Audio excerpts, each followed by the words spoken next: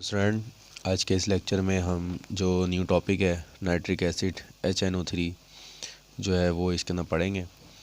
इसके अंदर HNO3 की जो दो टॉपिक्स हैं इसके अंदर, एक इसकी जो है प्रिपरेशन है और एक इसकी जो है वो केमिकल प्रॉपर्टीज़ हैं।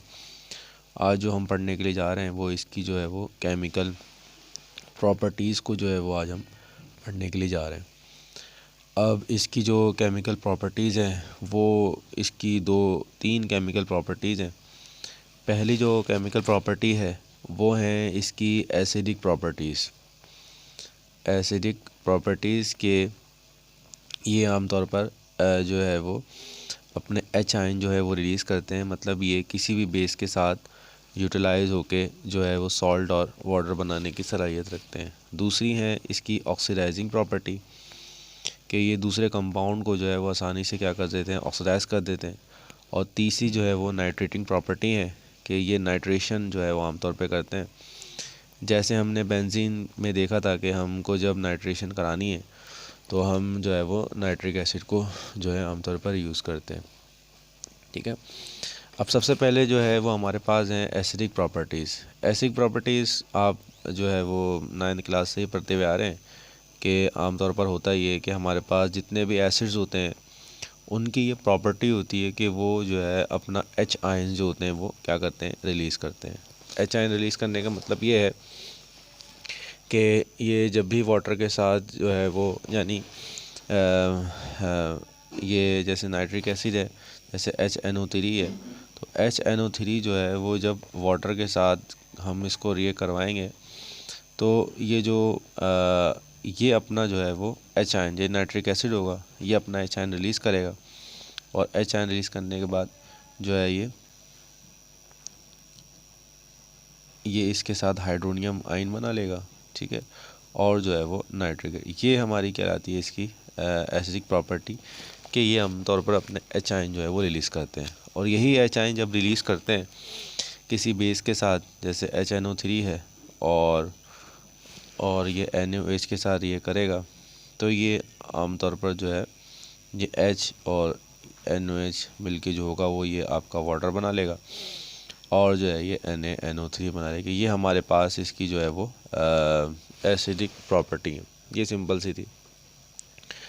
इसके बाद जो है वो दूसरी है हमारे पास इसकी ऑक्सीडाइजिंग प्रॉपर्टी है।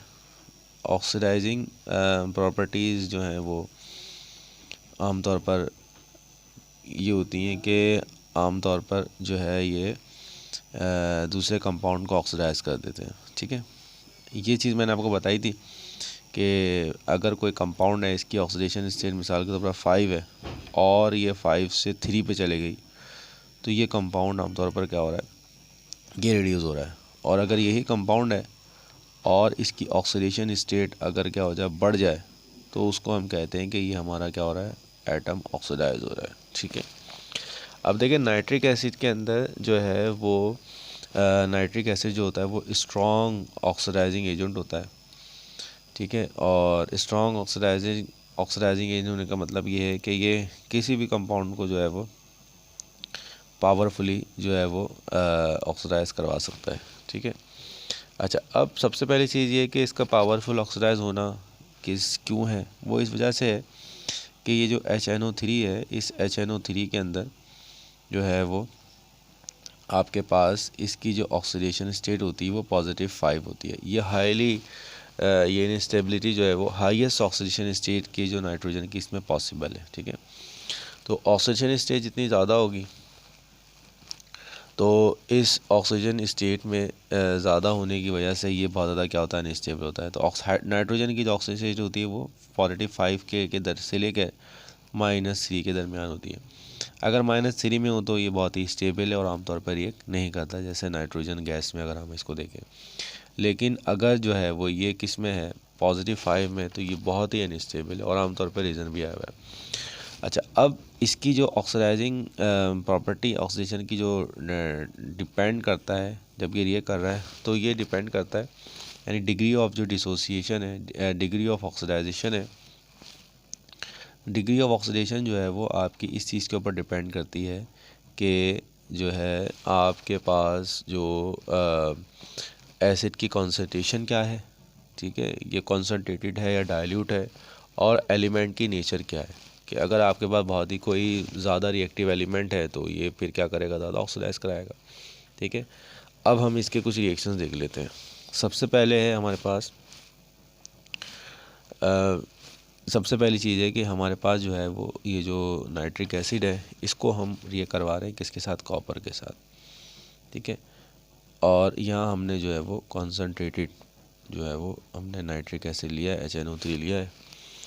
अब सबसे पहली चीज़ याद रखें कि अगर हमारे पास जो है वो कॉन्सनट्रेटेड नाइट्रिक एसिड को हम यूज़ कर रहे हैं, तो कॉन्सनट्रेटेड नाइट्रिक एसिड जो है वो सबसे पहले, ये रिएक्शन तो आपको पता ही है कि ये कॉपर है, कॉपर नाइट्रेट ने तो बनना ही है।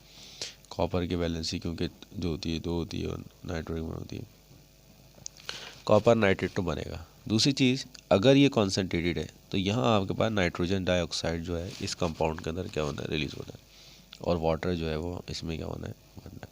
ठीक है, तो ये तो हमारी प्रोडक्ट हो गई कि जब भी हमारे पास क्या है, कॉन्सनट्रेटेड नाइट्रिक एसिड है, तो इसमें आपने याद करना है कि यहाँ पर जो है वो हमारे पास जो कंपाउंड है वो हमारे पास जो होगा वो नाइट्रोजन डाइऑक्साइड बनेगा।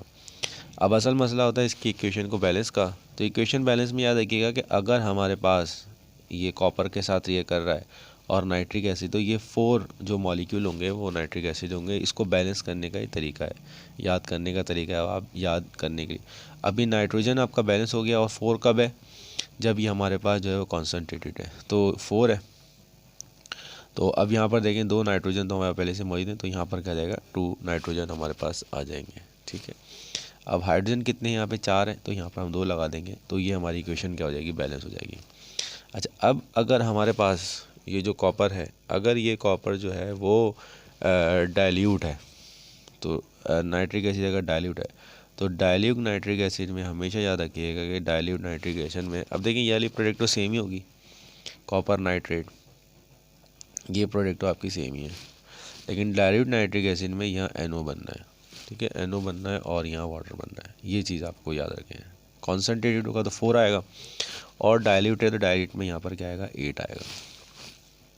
ठीक है, अब 8 है, अब आप इसको बैलेंस कर लीजिए। ठीक है, अब इसको बैलेंस कैसे करेंगे आप, देखिए यहाँ पर जो है वो हमारे पास जो है वो ऑक्सीजन कितने हैं, ऑक्सीजन यहाँ हमारे पास जो है वो 24 है। हमने जब यहाँ पे 8 लगा दिया तो यहाँ पर क्या है, 24 है। तो सबसे पहले जो है हम यहाँ पर जो है वो 3 लगा देंगे यहाँ पर।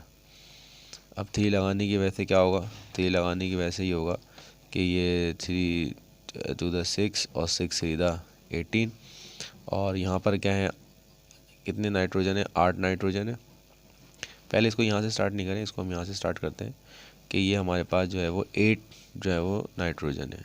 यहाँ पर 8 क्या है हमारे पास, नाइट्रोजन। इसको देखें आप, ऑक्सीजन से देख लें आप इसको आप यहाँ से देखें कि ये आपके पास हाइड्रोजन जो है वो 8 है, तो यहाँ हम क्या लगा देंगे, 4 लगा देंगे। ये हमने यहाँ पे क्या लगा दिया, 4 लगा दिया। ठीक है, अच्छा, अब यहाँ पर जो है वो हम सबसे पहले जो है वो, अब यहाँ 4 आ गया, अब यहाँ जो है वो हम क्या लगाएंगे, यहाँ हम लगाएंगे इसको 3। ठीक है, अब जब हम 3 लगाएंगे तो 3 लगाने की वजह से होगा ये कि जो हमारे नाइट्रोजन जो हमारे ऑक्सीजन है वो हमारे जो है वो यहाँ 24 है, और जो है यहाँ जो नाइट्रोजन है वो हमारे पास जो है वो 3 to the 6। अब नाइट्रोजन जो है वो यहाँ पर 2 तो ये हैं, ठीक है, और ये 3 है, 3 to the 6 और यहाँ 8 है, तो यहाँ पे फिर हम क्या लगा देंगे, 2 लगा देंगे। इस तरह करके हमारी जो इक्वेशन होगी ये क्या हो जाएगी, बैलेंस हो गई। अच्छा, इसके बाद हमारे पास जो है वो डाइल्यूट है नाइट्रिक एसिड। नाइट्रिक एसिड तो हम इसमें डाइल्यूट रहे, लेकिन यहाँ पर जो है वो एक्टिव मेटल्स हैं, यानी कॉपर जो थे वो आपके जो है वो डी ब्लॉक में आते हैं। अब हमारे पास जो एक्टिव मेटल्स हैं वो हमारे पास क्या है, मैग्नीशियम है। जैसे मैग्नीशियम को हम HNO3 के साथ जो है वो रिएक्ट करवा रहे हैं। तो देखिए, अब एक प्रोडक्ट तो आपको पता है कि भाई इसमें मैग्नीशियम नाइट्रेट तो बनना है। ठीक है, ये प्रोडक्ट तो आपको पता है। जब हमारे पास एक्टिव नाइट्रेट है तो यहाँ N2O बनेगा। ठीक है, और वाटर बनेगा, ये। तो अगर कॉन्सनट्रेटेड है तो नाइट्रोजन डाइऑक्साइड है, कॉन्सनट्रेटेड नाइट्रोजन डाइऑक्साइड है, और अगर डाइल्यूट है तो नाइट्रोजन मोनोऑक्साइड है। लेकिन अगर हमारे पास जो है वो एक्टिव मेटल्स के साथ है तो ये आपके पास जो है वो N2O बनेगा आपके पास। ठीक है, अब इसमें याद रखें कि अगर एक्टिव मेटल के साथ है तो यहाँ 10 हमारे पास यूज़ होने हैं, तो ये 10 आपको आमतौर पर हेल्प कर देगा ताकि इससे आपकी क्या हो, जो इक्वेशन हो वो आपकी क्या हो, आराम से बैलेंस हो जाए। अच्छा, अब इसको भी आप बैलेंस कर लें। अब इसमें देख लें कि यहाँ पर जो है वो अब नाइट्रोजन देखें यहाँ पर 10 हो चुके हैं, ठीक है, और यहाँ नाइट्रोजन कितने जो है वो 2 हैं, तो यहाँ हम लगा देंगे 4, और 4 लगाने की वजह से नाइट्रोजन, और ये तो हमारा हो गया बैलेंस। अब बाकी जो रह गया वो हमारा रह गया है हाइड्रोजन। हाइड्रोजन यहाँ पे 10 है, तो यहाँ हम लगा देंगे 5, तो ये इक्वेशन भी हमारी इस तरह क्या हो जाएगी, कंप्लीट हो जाएगी, और यहाँ पर भी हम लगा देंगे 4, ठीक है। तो अब जो एक्टिव मेटल्स हैं उनके साथ जो नाइट्रिक एसिड आएगा, नाइट्रिक एसिड के जो होंगे वो 10 आएंगे। अच्छा, इसके बाद जो नेक्स्ट है वो हमारे पास है डाइल्यूट एसिड है, और उसको भी जो है वो हम रिएक्ट करवा रहे हैं किसके साथ, अब हमारे पास जिंक के साथ इसको रिएक्ट करा रहे हैं। जिंक ज़्यादा एक्टिव मेटल होता है एज़ कम्पेयर टू कॉपर, तो HNO3 है हमारे पास, है डाइल्यूट ही, ठीक है। अब इसमें देखें एक प्रोडक्ट तो आपको याद हो गई होगी कि इसमें जिंक नाइट्रेट आना है, ठीक है, जिंक नाइट्रेट आना है, ठीक है। अच्छा, अब देखें अगर हमारे पास जो है वो जिंक होता है और ये मोर एक्टिव मेटल होता है, तो यहाँ इसने जो है वो एक प्रोडक्ट इसने जो है वो बनानी होती है, जो होती है क्या, अमोनियम नाइट्राइड। अमोनियम नाइट्राइड, ये अमोनियम नाइट्राइड इसके अंदर बनती है, और जो है वो वाटर। अभी अमोनियम नाइट्रेट कहाँ से आ गया इसमें, तो होता ये है कि जो नाइट्रिक एसिड है इसमें से जो है वो जो है वो अमोनिया भी निकलती है, ठीक है। ये ब्रेक होता है क्योंकि ऑक्सीडाइजिंग की पावर ज़्यादा है इसकी, तो ये ब्रेक होता है अमोनिया, और फिर ये नाइट्राइड पे, तो ये अमोनियम नाइट्रेट जो है वो आमतौर पर बना लेता है। तो इसकी जिंक के साथ ये प्रोडक्ट याद रखनी है कि ये जो है वो अमोनियम नाइट्रेट जो है वो आमतौर पर बना लेता है। और इसमें भी वही है, इसमें भी आप क्या करेंगे, 10 जो है वो यूज़ करेंगे, 10 जो होंगे वो आप यूज़ करेंगे। अब इसमें देख लें, इसमें भी आपके नाइट्रोजन जो है वो कितने हैं, 2, ये 2 हैं, और 2 और 4 हैं, तो यहाँ पे क्या लगा देंगे, 4 लगा देंगे, ताकि क्या हो जाए, 10 पूरे हो जाए, तो यहाँ 4 आ जाएगा। और वाटर में भी फिर हमारा यहाँ 3 आ जाएगा, क्योंकि जो हाइड्रोजन है वो हमारे बराबर हो जाएंगे। ये 4 तो हैं यहाँ पर, 10 हैं, तो ये आप कह देंगे, तो ये हमारे पास जो है जिंक नाइट्रेट आ गया। अच्छा, ये तो हमारे मेटल के साथ है। अब जितने भी नॉन मेटल्स हैं, जैसे सल्फ़र है, फास्फोरस है, सिलिकॉन है, ये हमारे पास ये जितने कंपाउंड हैं, इनके साथ जब नाइट्रिक एसिड HNO3 क्या करता है, रिएक्ट करता है, तो सबसे पहले देखें, अगर तो जो है वो नाइट्रिक एसिड है, तो इन सब में जो कॉमन चीज़ है वो नाइट्रोजन डाइऑक्साइड, यहाँ भी नाइट्रोजन डाइऑक्साइड आएगा, यहाँ भी नाइट्रोजन डाइऑक्साइड आएगा, यहाँ पर भी नाइट्रोजन डाइऑक्साइड आएगा, पहली प्रोडक्ट हुई है। अब इसमें देखें सल्फ़र है, तो सल्फ़र में जो है वो यहाँ आपका H2SO4 जो होगा वो इसमें बनेगा, ठीक है। अगर जो है वो आपका फास्फोरस है, तो यहाँ जो है वो फास्फोरिक एसिड बनेगा, ठीक है। और अगर ना सिलिकॉन है, तो सिलिकॉन जो है वो सिलिकॉन डाइऑक्साइड जो है वो यहाँ पर आपका बनेगा, और यहाँ वाटर हो जाएगा, वाटर इसमें बनना है, तो ये आपके पास जो है वो, ठीक है, HNO3। अब देखिए इनकी बैलेंसिंग का जो है वो सिलसिला आता है, तो इसके बैलेंसिंग का सिलसिला सिंपल सा ही है। सिलिकॉन में 4 होता है, इसमें 5 होता है, और इसमें 6 होता है, ये याद रखना है। Silicon phosphorus sulphur, silicon phosphorus sulphur, यानी सिलिकॉन जो है वो 4 ग्रुप में होता है, फास्फोरस 5 में होता है, सल्फ़र 6 में होता है, तो 4 5 6 करके इसको आप याद कर लें। और इसी तरह से सल्फ़र में भी फिर आपका ये यहाँ पर है, तो यहाँ पे भी 6 आ जाएगा, जो नाइट्रोजन मोनी, तो यहाँ पर 6 आ जाएगा, ठीक है। यहाँ पर आपका 5 आ जाएगा, और यहाँ पर आपका क्या आ जाएगा, 4 आ जाएगा, ठीक है। और बाकी जो है वो, तो ये 2 वाटर मॉलिक्यूल आ जाएंगे, और यहाँ पर 2 वाटर मॉलिक्यूल आ जाएंगे, ठीक है। यहाँ 6 है तो यहाँ भी 6 है, यहाँ 5 है तो यहाँ भी 5 है, यहाँ, और बाकी वाटर मॉलिक्यूल। ये जो था वो हमारा इसका रिएक्शन था। इसके बाद आपके पास ये नाइट्रेटिंग एजेंट के तौर पर एक्ट करता है। नाइट्रेटिंग एजेंट के रिएक्शंस तो आमतौर पे आपने पढ़े ही होंगे, जो मैंने आपको बेंजीन रिंग में पढ़ाए थे। वो सिंपल थे कि जब हम जो है वो, अगर हम जो है वो मीथेन है, ये वाला रिएक्शन नहीं पढ़ा होगा, ये आज आपको नया पढ़ा रहा हूँ। कॉपर है, कॉपर को जब हम जो है वो नाइट्रिक एसिड के साथ HNO3 के साथ HNO3 के साथ कॉपर के साथ 450 सेंटीग्रेड के ऊपर हीट करते हैं तो कॉपर नहीं मीथेन है CH4, तो ये CH3 नाइट्रेटिंग की मैंने NO2 को इंट्रोड्यूस कराना और ये वाटर बना लेता है। और बेंजीन का तो आपको पता ही है, बेंजीन में क्या होता है, बेंजीन में जो है HNO3, ये तो पता ही है आपको, ये तो पूरा मैकेनिज्म आपको करवाया हुआ है H2SO4 के साथ। तो ये बेंजीन के ऊपर जो है वो NO2 आ जाता है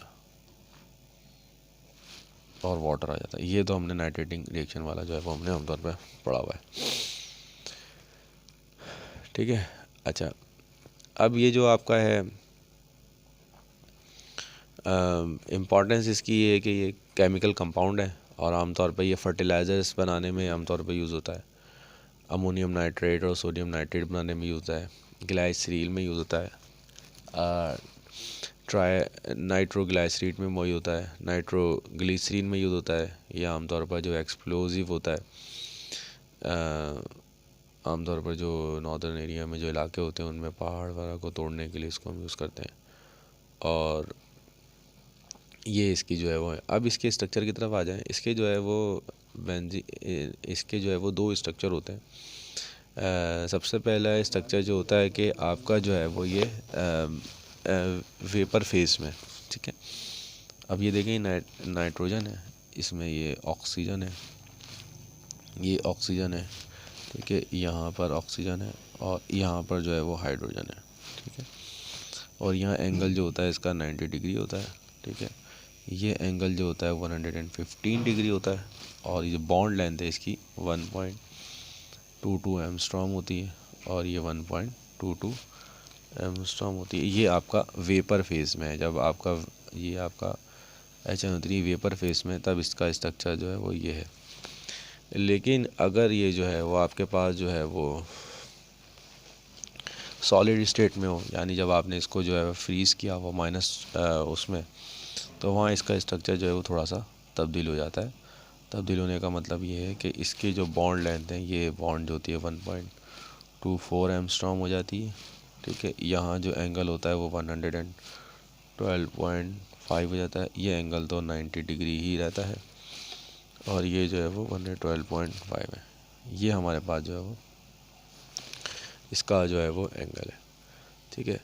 और बाकी इसकी जो है वो फ़िज़िकल प्रॉपर्टीज़ देख लें कि आमतौर पर जो है ये 83 सेंटीग्रेड के ऊपर बॉयल होता है और फ्रीज़ -41.6 पर होता है, ठीक है। अच्छा, आमतौर पर जो ये ऑर्डिनरी नाइट्रिक एसिड होता है तो ये 65% जो होता है वो नाइट्रिक एसिड होता है और इसकी डेंसिटी 1.4 ग्राम पर ml होती है। दूसरा, अगर कॉन्सनट्रेटेड हो तो कॉन्सनट्रेटेड में ये आपके पास जो होता है वो 98% होता है और इसकी डेंसिटी 1.5 ग्राम पर, यानी अगर ये कॉन्सनट्रेटेड है तो ये। और fuming nitric acid content dissolve oxide of nitrogen and reddish yellow liquid होता है। यानी फ्यूमिंग नाइट्रिक एसिड का मतलब ये है कि जब कॉन्सनट्रेट होता है ना, जब इसको हम निकालते हैं तो नाइट्रिक एसिड में से कुछ फ्यूम्स निकलते हैं, वो आमतौर पर नाइट्रोजन डाइऑक्साइड जो होता है वो उसके अंदर क्या किया होता है, फिल किया होता है। तो सर, ये आज का लेक्चर यहाँ तक का था। इंशाल्लाह नेक्स्ट कल के लेक्चर में हम जो है बाकी के जो इसके टॉपिक के प्रिपरेशन हैं वो इसमें जो होंगे इंक्लूड होंगे और इसका इक्वेशन जो होती है वो आमतौर पर ये कंप्लीट करने के लिए आती है और ये मैंने आसानी से इसकी ट्रिक्स जो है वो मैंने बता दी हैं, यह आपने जो है वो ध्यान में रखनी है।